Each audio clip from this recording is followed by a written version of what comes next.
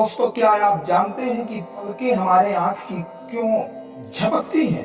पलकों को आप चाह करके भी अब झपकने से रोक नहीं सकते हैं।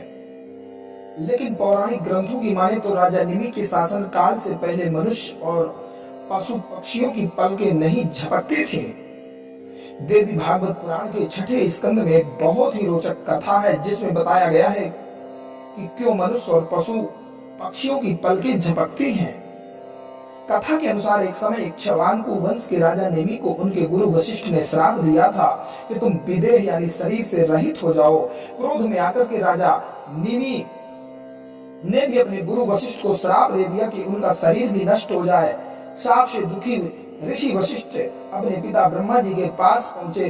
ब्रह्मा जी ने कहा कि आप ऋषि मित्र और वरुण के शरीर में सूक्ष्म रूप से समा जाइए, इन्हीं के द्वारा आपको नया शरीर प्राप्त होगा और आप अपने धर्म ज्ञान को उस नए शरीर में भी याद रख पाएंगे।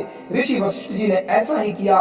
वे सूक्ष्म रूप से मित्र वरुण के शरीर में समा गए। एक समय उर्वशी अप्सरा ऋषि मित्र वरुण के आश्रम में आई। अप्सरा को देख करके ऋषि मित्रा वरुण कामासक्त हो गए। उनके तेज से दो बालकों का जन्म हुआ, एक अगस्त और दूसरे वशिष्ठ मुनि कहलाए। जबकि राजा नेमि के तप से प्रसन्न होकर के माँ दुर्गा प्रकट हुई और राजा नेमि ने उनसे यह वरदान मांगा कि वह जीवन मृत्यु के चक्र से मुक्ति पाकर के जीवों के नेत्रों में रहे।